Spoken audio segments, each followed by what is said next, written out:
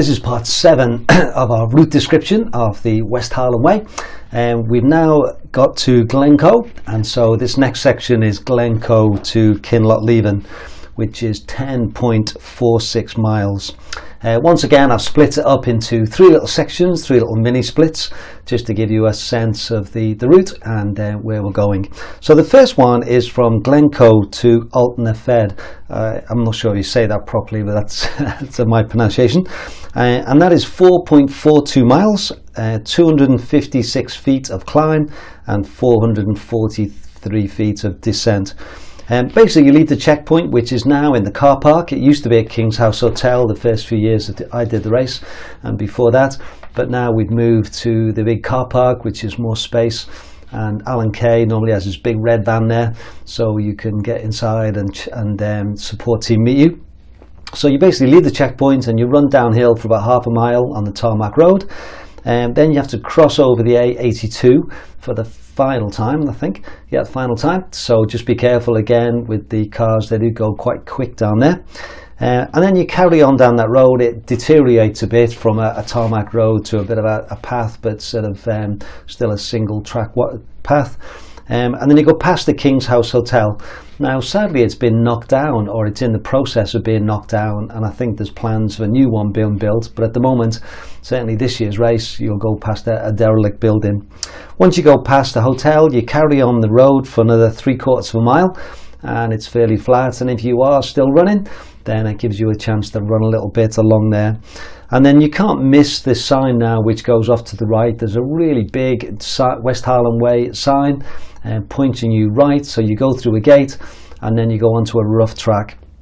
And basically for the next 2 miles you run parallel to the A82 really, but higher up. So it seems to climb and climb and climb for a fair bit, and then you start making your way down. And in some ways this little section can feel a little pointless in the sense that you have to go up to come back down again, but that's part of the route. And you just got to keep your head down and get going. And then it's quite nice once you reach the top and you start heading down, at least you are running downhill all the way to Kinlochleven. And then the last little bit, you're pretty well running on a flat path alongside the road. Go through quite a few little gates and things. There used to be more stiles there, but they've pretty well replaced it now with gates, which makes it a bit easier on the legs when they get a bit sore. Then when you reach the bottom of the hill there, the bottom of this Devil's Staircase, quite often people see their support team one more time. There's a car park opposite and there's a bit of room, so sometimes there'll be support team there and other people cheering you on. You go over a little wooden bridge, which is my checkpoint point. And then from there you go from Kinlochleven to another bridge, which is 2.7 miles away, and you've got 935 feet of climb and 689 feet of descent. So this is basically climbing up the Devil's Staircase. According to my map, it says there this is part of the old military road built by Major Caulfield around 1750. At 1,850 feet above sea level, this is the highest point of the way. So that's good to know. So once you're over the top there, then you've reached the highest point in the whole route. And it is a bit of a slog up, there's no two ways about it, particularly when you've got 82, 83 miles in your legs. You will be feeling the effects of that as you start to climb up there. It's not easy at all. And the last little bit, it sort of twists and turns and goes up, and you can't quite see the top, but then eventually it comes, and there's a nice big cairn there, and you know you've reached the top, and then you start heading down. I remember the very first time I did the race, my quads just weren't ready for the sort of rigours of the West Highland Way, and they were so sore that the only way I could go down off the Devil's Staircase was to walk backwards.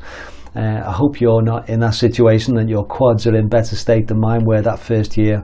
But whenever I go down there, I always smile to myself, because I remember that first year of just being so sore that my quads were in agony, that the only way I could keep moving was to actually, I say, walk backwards down off the top there. But there's a good path all the way down now, single track. It goes fairly steep to start with, and then a bit of a climb and then descent, so it undulates, but the overall net effect is that you're working down. And you go around the corner, and then you sort of, again, it's sort of an S-shaped twist down, and there's a bridge right at the bottom of a little section there, and that's where I have as my next mini split. And then from that bridge to the checkpoint at Kinlochleven, it's 3.34 miles. There's only 39 feet of ascent, but 1,191 feet of descent. So after the bridge, there's a little bit of a climb, which must be most of the 39 feet. And then you're heading pretty well all the way down then into Kinlochleven. And it's quite nice because you see Kinlochleven, you see the houses and the sort of one or two landmarks of the village, and then it disappears again. And then the next time you see it, you can see a bit more of it, and then it appears, which is quite nice in a good weather and if it's light. And it's the descent is fairly rocky at first. You go quite steep, and then there's rocky bits, and it goes round, and then eventually you come onto the forest road, and then you've got about 1.5 miles down that forest road, and it starts off really steep, and that'll be a real test of how good your quads are. And then it sort of just a gradual descent, which is nice to run. You have one little bit where you have to run, and then you over a little bridge, and then you carry on down again. But it does take a while. You know, it is 1.5 miles of downhill running, so it will take a bit of a time. But eventually Kinlochleven comes, and just at the last bit, when you come alongside the big water pipes, then again it's quite steep descending into Kinlochleven. And there's a few little twisty bits, but it's well signposted now. And then as you come into the village, you run down the road a little bit, and then you take a left, and you go through a little park and over a bridge onto the main road. And then the checkpoint now is in the village hall next to the school. And again, we have signposts up so you can find your way in. So when you get to Kinlochleven, you'll have ran just over 80.5 miles. According to my splits, it's 80.53. And so you've got about 15 miles to go to complete the West Highland Way. And obviously this is the final indoor checkpoint where you can get some food, but I would encourage you not to linger too long because you've still got a way to go, and if you're not careful you can waste quite a bit of time there. Obviously the weather's really bad like it was last year, then you probably need to spend a bit longer getting yourself kitted out and ready for that last section. But that's the section that we've covered today from Glencoe to Kinlochleven.